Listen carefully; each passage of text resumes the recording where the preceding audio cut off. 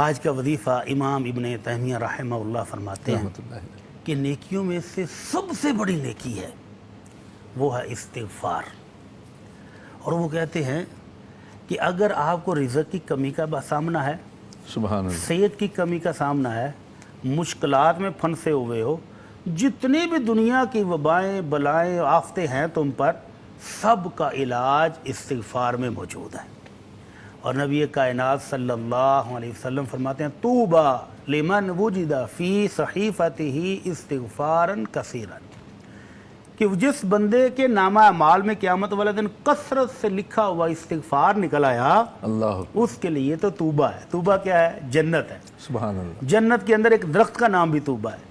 تو اللہ کے نبی صلی اللہ جنت کا نام بھی طوبہ ہے، جنت میں ایک درخت کا نام بھی طوبہ ہے. اور طوبہ کہتے ہیں جنت کی خوشخبری کو بھی، کہ اللہ کے نبی صلی اللہ علیہ وسلم کی زبان اقدس سے اس بندے کو جنت کی خوشخبری ہے جس کے نامہ اعمال میں کثرت سے استغفار نکل آئے. استغفار کیا ہے؟ اپنے گناہوں کی معافی، ندمان، پشیمان، شرمندگی اظہار کرے.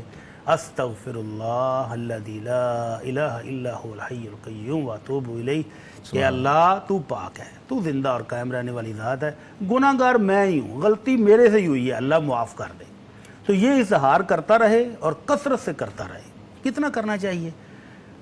حدیث تو کوئی کہتی خاص ہے، الفاظ تو نہیں ہے، الفاظ تو نبی مخصوص کوئی کائنات صلی اللہ علیہ وسلم کے ایک الفاظ تو یہی ہیں جو میں نے ابھی بیان کی ہے، استغفر اللہ الذی لا الہ الا هو الحی القیوم واتوب الیہ. اور دوسرا وہ بھی جو اس کو ہمارے ہاں آیت کریمہ کہتے ہیں، لا الہ الا انت سبحانک انی کنت من الظالمین. اور تیسرا وہ بھی ہے سید الاستغفار. استغفار. اور چوتھا اگر مختصر پڑھنا چاہے تو استغفر اللہ، صرف استغفر اللہ بھی کہہ سکتے استغفر اللہ، استغفر اللہ. سبحان اللہ. تو یہ پڑھتا رہے. نبی کائنات کے بارے میں سیدنا انس رضی اللہ تعالیٰ عنہ فرماتے ہیں کہ ہم آپ کی مجلس میں بیٹھے ہوئے آپ کو 100 مرتبہ استغفار کرتے ہوئے بھی سنا کرتے تھے. سبحان اللہ. تو کائنات کے سردار یعنی ایک دن میں 100 بار، 100 بار ایک دن میں اور ایک مجلس میں بھی. تو جس کائنات کے سردار کے اللہ رب العزت نے یعنی ذکر تو وہ کرتے ہی رہتے تھے لیکن مختلف مراحل میں جو مراتب ہیں وہ 100 بار ہوتے وہ 100 بار ہو گئے.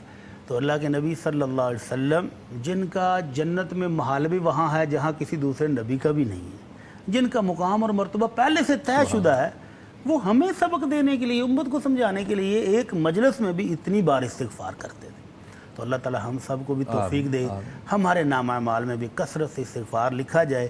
اور ہمارے وہ ناظرین جو ہمیں پوچھتے ہیں جی وظائف بتائیں جی، مجھے نوکری نہیں مل رہی، میرے گھر میں پریشانی ہے جی، میری شادی نہیں ہو رہی جی، مجھے یہ مسئلہ ہے، مجھے یہ مسئلہ ہے، یہ مجھے، تو ان تمام مسائل کا حل کثرت استغفار. سبحان. کثرت استغفار دل سے نکلے ہوئے کلمات اثر رکھتے ہیں. غلطیاں چھوڑ کر، گناہوں کو چھوڑ کر اپنے رب کا ہو جائے اور اس کے بعد استغفار کرے تو انشاءاللہ بند دروازے کھل جاتے ہیں. اللہ رب العزت کا ارشاد گرامی ہے وَمَن يَتَّقِ اللَّهَ يَجْعَلْ لَهُ مَخْرَجًا، کہ جو اللہ کا ہو جائے، اللہ سے ڈر جائے، گناہوں کی معافی مانگنی شروع کر دے، اللہ بند دروازے بھی کھول دیتا ہے.